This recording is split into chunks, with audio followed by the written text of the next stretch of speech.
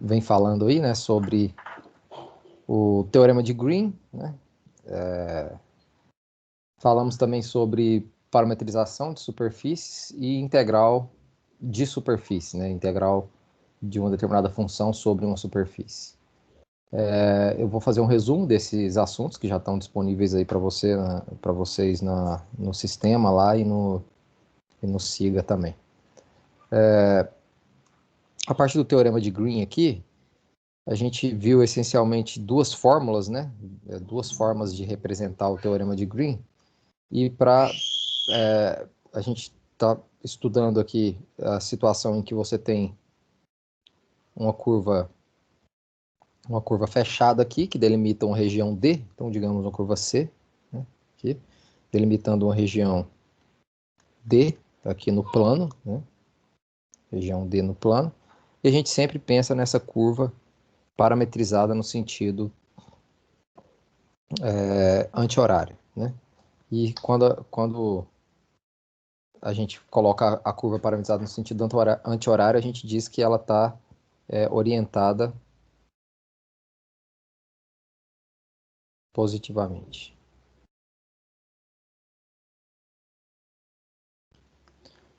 E aí a gente também tem um campo aqui, né, um campo vetorial F em R2. Então é um campo na forma PI mais QJ aqui, né?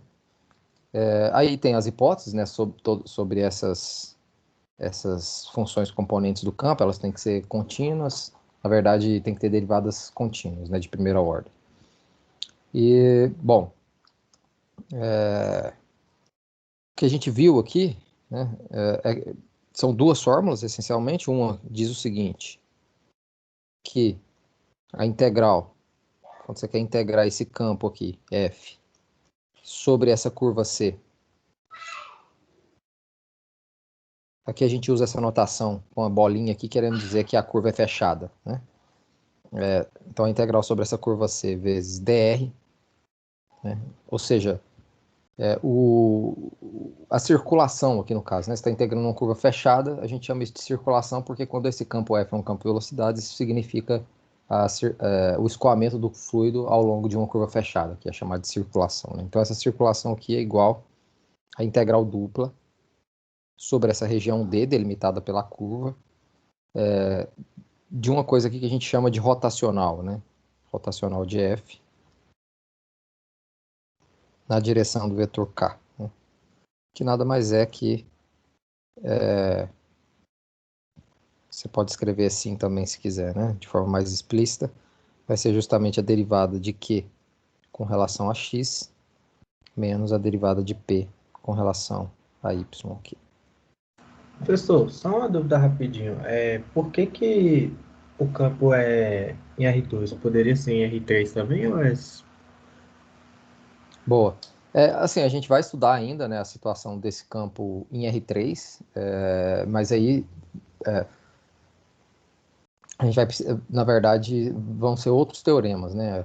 A gente vai estudar ainda o teorema, por exemplo, de Stokes, que a gente vai ver como uma generalização desse teorema de Green aqui, né? E aí sim vai envolver um campo em R3, né? Mas aí, para o teorema de Green, é só em R2 mesmo, tá? Não quer dizer que não pode ser em R3, mas só que para R3 a gente vai precisar de mais coisas. Eu vou ter que falar de superfície, que é o próximo tópico que eu vou relembrar com vocês aqui, né? De superfície, parametrização de superfície, porque essa integral que vai aparecer aqui do lado direito, né? Que aqui no caso do teorema de Green é em cima de uma região plana que a gente sabe integrar, né? Sobre regiões planas. Lá no teorema de Stokes, quando o campo está em R3, né? O teorema que seria equivalente a esse aqui, eu vou ter que saber integrar sobre uma superfície, não sobre uma região do plano, né? Aí a gente precisa de mais coisas até chegar lá. Por enquanto, a gente vai estudar só a situação bidimensional aqui, né? Claro que você poderia, por exemplo, falar do rotacional de um campo em R3, mas aí não encaixaria nesse teorema aqui, tá bom? Vocês vão entender isso mais claramente nas próximas aulas, né? Como que a gente generaliza isso para o R3, né? E aí vocês vão perceber por que aqui não funciona para R3. Isso tem a ver com esse vetorzinho K aqui, ó. Porque quando você está no plano, o vetor normal a uma região plana é sempre o vetor k, né, que está na direção do eixo z, né? Agora, quando você tem uma superfície, não, aí já vai ter que entrar a ideia de um vetor normal a uma superfície, né? Aqui, esse nzinho aqui, ele vai substituir esse k que aparece aqui. Então, a gente precisa de trabalhar todas essas coisas antes de entrar com esse teorema aqui, no caso R3. Entendi. Obrigado, Beleza? professor. Então, vamos lá. Aqui, deixa eu só escrever quem é esse rotacional, né? O rotacional, na verdade, vocês já sabem, né? Já viram isso, mas não custa escrever aqui, né? Quando você está com um campo bidimensional, o rotacional vai ser sempre isso aqui, ó, 0, 0, e a última coordenada vai ser justamente esse cara aqui, né? O QX menos o PY aqui. Esse é o rotacional. Então, por isso que quando você faz a projeção na direção do K, dá justamente o QX menos o PY, né? E a segunda fórmula que a gente viu já, G2, já falava de fluxo, né?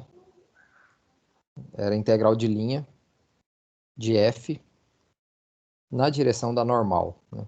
ds. Que é justamente o que a gente viu que quando F é um campo de velocidade, significa o fluxo através dessa fronteira.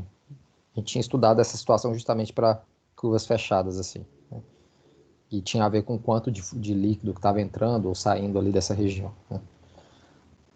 E aí aqui, o teorema de Green vai dizer que você pode trocar essa integral aí sobre uma curva por uma integral sobre uma região, sobre essa região D, né? E aqui no lugar da função do campo, né, vai aparecer esse divergente do campo, dA, né? E o divergente do campo nada mais é que as derivadas. Eu acho que nem precisa escrever essa outra forma aqui, né? É só onde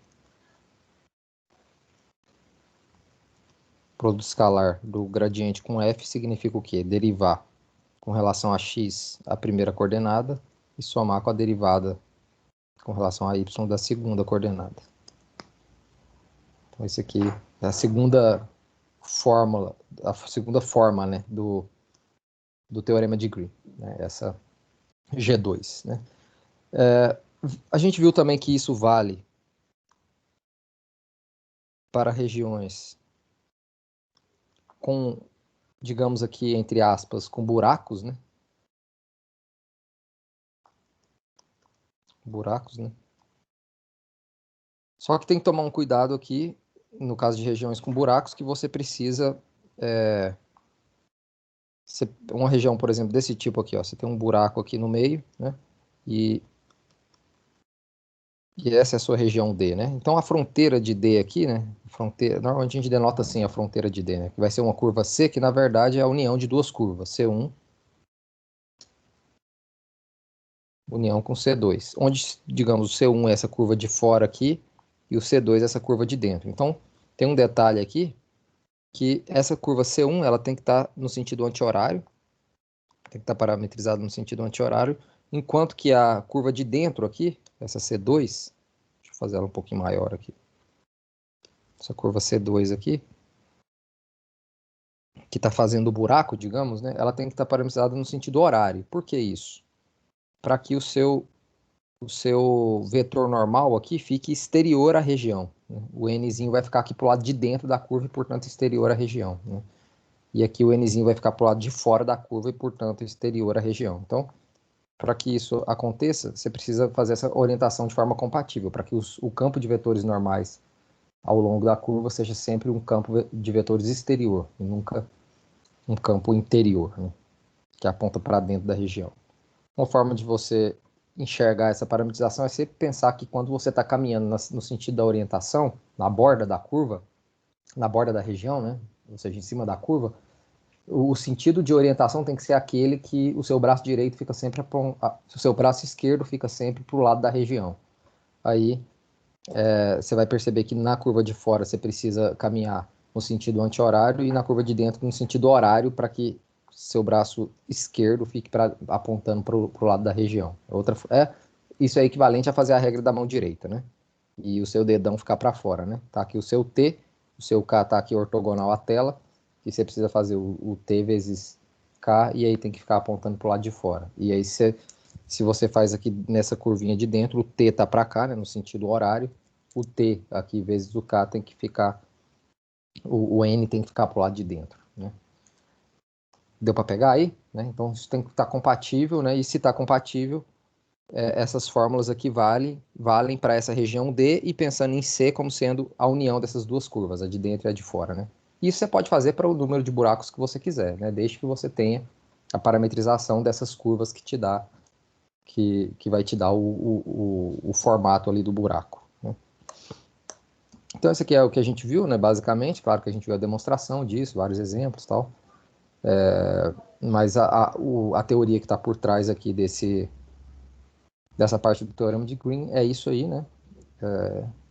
E aí a gente viu a demonstração especificamente para o caso de regiões que você pode ver como do tipo 1 e 2 ao mesmo tempo. Mas aí, a maior parte das regiões aí, as que a gente trabalha aqui nesse curso, faz nos exercícios que a gente faz aqui, sempre você consegue quebrar essas suas regiões em regiões do tipo 1 e 2 ao mesmo tempo, em várias regiõezinhas do tipo 1 e 2 ao mesmo tempo. Então é só você quebrar o teorema em vários pedacinhos ali que dá para ver que funciona, tá?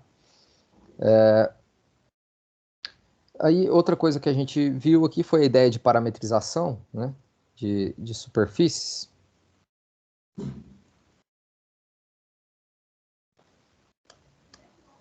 De superfícies. E qual que é a ideia aqui de parametrização de superfície? É a mesma ideia de parametrização de curvas. Com qual diferença, né? Quando você estava parametrizando curvas, você pegava uma função, né, cuja imagem dava a curva, e você precisava só de um parâmetro. Por quê que você precisava só de um parâmetro? Porque a curva é uma coisa unidimensional. Então, só com um parâmetro você consegue sair. Você vai associar uma linha aqui, digamos, uma linha, um pedaço do eixo real, né, com uma curva, né? Você consegue esticar, entortar um pedaço, um segmento de reta e transformar em uma curva, né? Uma superfície, o que você tem que modelar para formar uma superfície? Tem que modelar um pedaço de um plano, né? Um plano é uma coisa que tem dois parâmetros, né? Então, para você conseguir fazer uma parametrização nesse sentido, né, de que a imagem de uma determinada função seja uma superfície, você precisa justamente de uma função vetorial, né, com dois parâmetros, né? Então, a gente vai pensar sempre numa função assim, né, que tem um domínio em R2, né, e chega em R3, porque a gente está querendo pensar em superfícies lá no R3, né? E essas funções normalmente a gente denota assim, né? Essas funções vetoriais, R de UV, né, igual a um X de UV. Cada coordenada aqui dessa função vai depender desses dois parâmetros aí. Y de UV, J, mais Z de UV, K. E quem que é a sua superfície S aqui, né? A superfície parametrizada por esse R aí vai ser justamente o conjunto dos pontos X, Y, Z que estão em R3, é a imagem disso, né? Tal que R de UV é igual a XYZ para algum XY, XY não, né? Para algum UV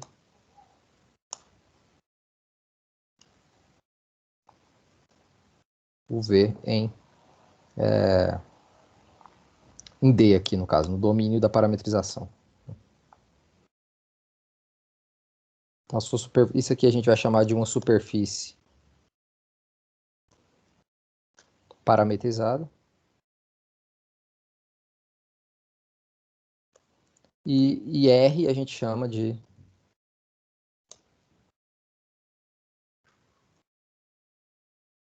parametrização de S.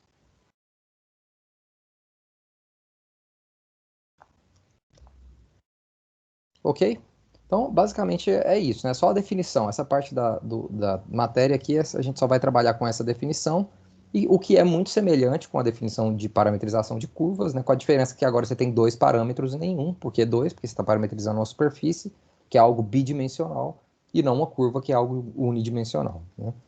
O jeito que você vai trabalhar com essas parametrizações é bem semelhante com a forma que a gente fazia lá com parametrização de curva. Isso é, se você tem uma determinada superfície, você vai tentar justamente colocar aquela superfície ali em função de dois parâmetros. A gente já meio que faz isso, né? Por exemplo, se você tem uma esfera, como que a gente define uma esfera em coordenadas esféricas? A gente fala que o ρ é igual a alguma coisa, né? Uma esfera centrada na origem, por exemplo, né?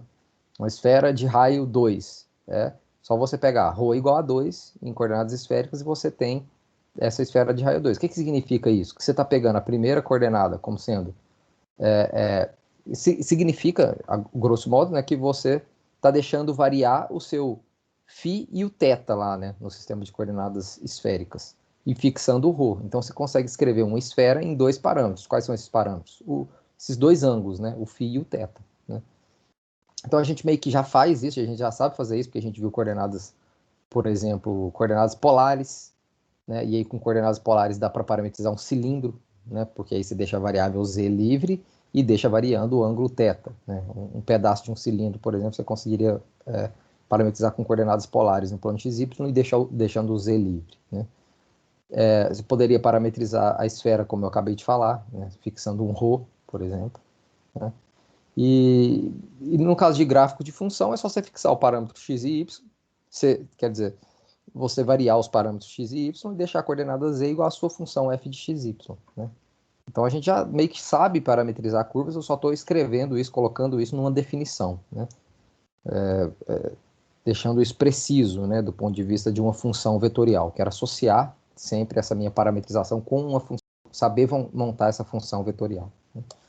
Sei lá, por exemplo aqui, né? Vou colocar um exemplinho aqui. Eu fiz vários aí, tá, no vídeo que eu disponibilizei, mas vou fazer um só aqui. Vamos pegar aqui, por exemplo,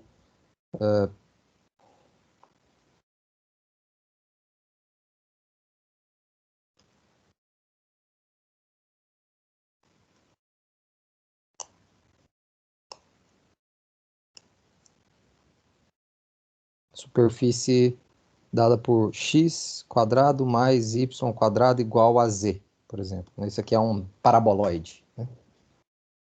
E aí você, sei lá, vamos pegar aqui de modo aqui que x quadrado mais y ao quadrado é menor ou igual sei lá, 4, né? Então você está querendo pegar o paraboloide aqui, fazer um esboço bem. Esse aqui está te dando o domínio, né? Esse aqui é o x quadrado mais y quadrado menor ou igual que 4. Então você está querendo isso aqui, ó, um paraboloide. Sim.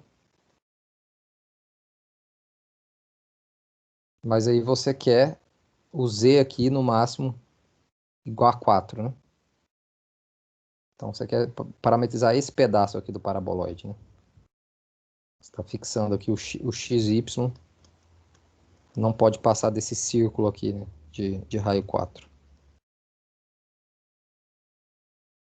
Menos 4, 4 aqui, né? Aliás, 2, né? 2 aqui. Menos 2, 2. Que é o círculo de raio 2 aqui, né? O z que vai no máximo até 4, porque o x quadrado mais y quadrado é igual a z, né? Tem duas formas, né, da gente parametrizar isso aqui. Duas não, né? Tem várias, né? Mas eu estou pensando em duas aqui, né? Uma é, sempre que aparece esse x quadrado mais y quadrado, né? É interessante a gente tentar usar coordenadas polares aqui para x e y e descobrir quem é o z, né? Porque a gente sabe que quando você tem x quadrado mais y quadrado, a parte que depende de θ aqui, né, nas coordenadas polares vai acabar desaparecendo, vai ficar só o r, né? Então essa seria uma forma, né? Se você toma x igual a r cosseno θ, por exemplo, y igual a r seno θ, você tem o quê? Que r quadrado é igual a x quadrado mais y ao quadrado, que é igual a z. Então, você consegue colocar z em função de r e x e y em função de r e θ. Você conseguiu colocar tudo aqui em função de dois parâmetros, né? Tanto a coordenada x quanto a y quanto a z, né? E aqui o seu R vai variar de onde até onde? O R vai variar de 0 até 2, né? Porque você quer que o Z varie de 0 até 4, né? E você quer também que o x quadrado mais y quadrado seja no máximo 4, né? Então o R tem que variar de 0 até 2. E o θ, como você quer o paraboloide todo, você tem que tomar o θ aqui entre 0 e 2π, né? 0 e 2π. Parametrização. Você pode colocar ela assim, ó. Dependendo de R de θ, igual, primeira coordenada, R cosseno θ, I, né? Mais a segunda coordenada, R seno θ, J. E a terceira coordenada, R ao quadrado, K, né? Que é a coordenada Z. E o domínio aqui é esse, né? R entre 0 e 2 e θ entre 0 e 2π. A outra forma é olhar isso como o gráfico de uma função, veja. Deixa eu colocar aqui outra forma, né? Seria assim, ó. R, dependendo. Essa aqui é mais direta, né? Só que, por outro lado, o seu domínio não fica retangular aqui, como está aqui. Vocês vão ver que isso vai ser importante, muitas vezes, deixar o domínio retangular, porque a gente vai falar logo, logo de integral sobre superfície, né? E a integral sobre superfície vai acabar reduzindo a integral sobre, sobre o domínio, né? Da parametrização. Então, vocês sabem muito bem que é muito mais fácil integrar sobre domínios retangulares do que sobre domínios, digamos assim, tortos, né? E aí aqui, quando eu pego a R em função de xy mesmo, ou seja, eu pego ela assim, ó, xi mais yj mais z, aí já está lá, que é x quadrado mais y ao quadrado, k aqui, o meu xy vai ter que, o meu domínio aqui vai ser um disco de raio, vai ser um disco de raio 2, né? Então, se eu, por exemplo, quando eu estiver falando com vocês sobre integral aqui e aparecer aqui a integral sobre o domínio dessa parametrização, eu vou ter que integrar sobre um disco, aí de qualquer forma eu vou ter que usar coordenadas polares para resolver essa integral, né? Então, muitas vezes é mais interessante a gente já ir direto para uma parametrização assim, né? Uma parametrização em coordenadas, nas coordenadas em que faz que o domínio da sua parametrização vire um retângulo lá no plano, né? Mas isso não é necessário, né? Você pode muito bem trabalhar com coordenadas retangulares e depois, na hora de resolver a integral, usar o método que você quiser, né? Fazer uma mudança de variável que você quiser, tá? Isso não é regra, né? É só uma intuição aqui. Então, essa é a ideia, né, de parametrização, né? E aí, vamos entrar agora nessa questão da integral de superfície, né? A primeira coisa que normalmente a gente faz quando a gente quer introduzir a ideia de integral é falar de área, né? Então vamos imaginar que você quer calcular a área de uma determinada superfície que você conhece, uma superfície parametrizada, né? Uma superfície que você conhece a parametrização dela, né? Se você quer calcular a área dessa superfície, uma ideia boa, né? Então imagina que você tem aqui uma superfície aqui, S, né? Aqui no seu sistema cartesiano, x, y, z, e você tem uma parametrização aqui,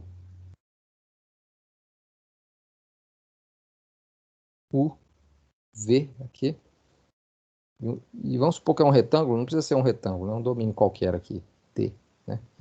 Se você quer calcular a área da superfície, uma boa ideia é você somar áreas aproximadas, né? Você pega e parte essa superfície em vários pedacinhos aqui, vários pedacinhos assim, ó, e calcula a área de cada um desses pedacinhos, aproximando, por exemplo, pela área de alguma região plana, né? E soma tudo isso, né? Como é que você faz isso? Fazendo partições. É a mesma coisa que a gente fazia com curvas, né? Só que aqui você precisa particionar agora, para conseguir particionar aquela superfície, você precisa particionar esse domínio aqui, né? Essa região aqui que é plana, né? Que é o domínio da sua parametrização R, que tem como imagem justamente essa superfície S, né? Então, basicamente, eu quero associar a área de uma partiçãozinha, de um elementozinho dessa partição, com a área de um elementozinho desse aqui, ó, dessa partição. Digamos, esse SIJ aqui, né? Pensando que aqui você está com o I, né? O I mais delta U. Pensa que você tem uma partição aqui mais delta V, né? Pensa que você tem uma partição bonitinha aqui, né? Que cada subintervalo tem tamanho delta U aqui no eixo U e cada subintervalo no eixo V tem tamanho delta V, né? Então, como é que você faz isso? A ideia que está por trás disso aqui é você aproximar a área dessa região por um produto vetorial. Que produto vetorial é esse? O produto vetorial entre esse vetorzinho aqui, ó, e esse vetorzinho aqui, ó. Aliás, não é exatamente não são esses dois vetores exatamente, mas uma aproximação desses dois vetores, né? Porque esse vetor aqui seria o quê? A diferença entre o R, né, nesse pontinho aqui, que seria o IVI, né, com o R no UI. Deixa eu fazer isso mais simples, eu vou deixar tudo indexado em um único índice aqui, tá? Vou deixar tudo indexado em I, só para ficar mais fácil. Lá na aula que eu gravei, eu coloquei IJ, eu peguei uma partição indexada em dois subíndices, mas dá para fazer com um só, fica mais limpo aqui, né? Então imagina tudo em I. Então a ideia seria que pegar essa diferença, mas só que essa diferença, quando você divide ela pelo delta U ou pelo delta V, você consegue aproximar isso pela derivada, né? Pela derivada parcial aqui no caso, com relação a U ou V, né? Então a ideia aqui é justamente você pegar esse vetorzinho aqui, ó, e verificar, né? Isso é fácil, segue da definição de derivada parcial, que isso aqui é aproximadamente a derivada com relação a U no ponto UI, VI, tá? Vezes o delta U, esse vetorzinho aqui, aproximadamente. Não é exatamente isso, mas é aproximadamente por quê? Porque esse delta U é bem pequenininho e quando esse delta U é bem pequenininho, esse vetor ele é aproximado por esse aí que eu estou mostrando para vocês, né? E aqui uma coisa, né? Você consegue verificar que esse cara aqui é aproximadamente o RV, né, no UI VI vezes o delta V. Com isso, né, se esses dois vetores realmente são bem aproximados assim, a área dessa região ela é bem aproximada pelo produto vetorial desses dois caras, né, dessa região SI, né? Então, a área de SI aqui vai ser igual, ou aproximadamente, melhor dizendo, a o módulo, né, na verdade, lembrem, né, que o módulo do produto vetorial é justamente a área do paralelogramo definido por esses dois vetores, né? Então, é o módulo do produto vetorial aqui de RU em UI, VI, delta U, com RV de UI, VI, delta V. Mas isso aqui é o módulo. Colocar resumidamente aqui assim, RU com RV vezes delta U, delta V, né? Porque esse delta U, delta V são escalares, pode sair do produto vetorial, né? Então, se eu quero calcular a área da superfície toda, basta eu somar, né, essas aproximações, né, em todos os, os retângulozinhos que tem do lado esquerdo aqui, né, e tomar um limite refinando cada vez mais essa partição, né, ou tomando esse delta U e delta V indo para zero, né. Ou seja, a gente pode dizer que a área de S aqui é exatamente o limite, né? Colocar aqui, quando n tende a infinito, da somatória de I igual a 1 até n, de módulo de R, o vezes, lembrando aqui, né, que é RU de 1, UI, VI, né? Produto vetorial com RV de UI, VI, delta U, delta V. E o que é isso aqui? Um limite assim de uma somatória de coisas variando em duas variáveis aqui, né, em duas dimensões, o que é isso? É justamente aqui e com elemento de área aqui, né? É justamente a integral sobre essa região D aqui, ó, integral dupla, né, sobre essa região D. Então, isso aqui é igual a integral sobre D dessa função aqui, RU de UV, vezes R, é a definição, né, dessa integral, RV de UV dA. Né? Então, o que a gente conclui com isso? Que se você quer calcular a área de uma superfície que você tem a parametrização dela aqui, R, basta você fazer o produto vetorial da derivada parcial de, U com relação, de R com relação a U, com R com relação a V, e calcular o módulo disso, e calcular essa integral dessa função que você vai obter aí. Né? Qual o módulo dessa função que você vai obter. E aí, com base nisso, né, inclusive a gente define, né,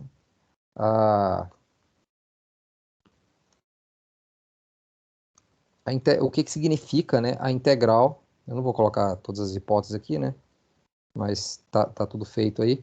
A integral sobre S de uma função f de x, y, z de sigma. O que significa isso, então? Né? Por exemplo, isso pode significar a massa de um determinado objeto, quando essa f significa a densidade de massa. E como que você calcula a massa de um objeto que você conhece a densidade de massa? Para cada elementozinho de área, você multiplica a densidade de massa e soma, né, entre aspas, né, integra, né, sobre isso. Né? Então, a ideia dessa integral é justamente você pegar esses carinhas aqui que representam os elementos de área da superfície e multiplicar pelo valor da própria f. Então, o que a gente vai definir como sendo essa integral, esse d sigma, que significa justamente esses elementos de área, é a integral sobre d, né, de f aplicada nessa parametrização r de uv, né, vezes esse ru. Por falta de espaço aqui, eu não vou evidenciar o U e V aqui, né? R, U, V, D, A, né? Elemento de área aqui. Pode ser DU, DV, por exemplo, né? Se for um retângulo. Então, essa é a definição que a gente viu, né? Aí, de integral de uma determinada função, né? Aí, sei lá, se você... Por exemplo aqui, né? Se você quer calcular a coordenada x barra do centro, a coordenada x do centro de massa de um determinado objeto que você conhece a função densidade de massa, né?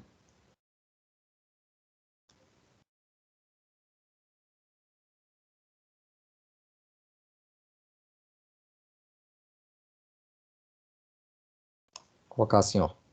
Por exemplo, né, se essa função delta aí é a função densidade de massa, né, a massa, né, de um objeto é igual que a integral sobre S desse delta aí de sigma. Né? E se você quer calcular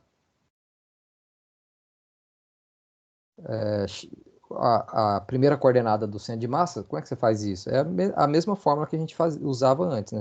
Era 1 sobre a massa vezes a integral sobre S aqui, no caso, né? Lá quando a gente estava fazendo isso para curvas, a gente colocava a integral sobre a curva. Aqui é só você integrar sobre S, você tem a densidade de massa, né? De x vezes ρ, vezes delta aí, né? De sigma aqui, né? Enfim, as outras coordenadas aí do centro de massa você também obtém da mesma maneira, né? O y barra aqui, né? Y barra é igual a 1 sobre m vezes a integral sobre S de y delta de sigma aqui. Né? E z barra, por exemplo, é igual a 1 sobre m integral sobre S de z delta de sigma. Então, as mesmas ideias aqui agora, só que sempre lembrando que esses elementos de área de superfície, né, o que muda aqui, né, em essência, né, é que quando eu tinha, por exemplo, um ds aqui, o que eu fazia? Era o módulo do r' de t dt, né, quando eu estava integrando sobre curvas. O que eu tenho aqui agora? Eu tenho o meu d sigma, né, igual ao módulo do RU vezes RV dA. Né? Então, essencialmente é isso que vai mudar. Né? O resto, tudo funciona mais ou menos do mesmo jeito aqui nesse caso. Tá? E isso tem uma certa semelhança também com aquela ideia de mudança de variável. Né? Mas lá no caso de mudança de variável é um pouco diferente, porque você fazia mudanças de variável do R2 para o R2, né? Ou do R3 para o R3, por exemplo. Né? Isso só tinha a ver com você pegar uma determinada região do plano e torcer ela, né? Torcer de modo que virasse uma região um pouco melhor para você integrar.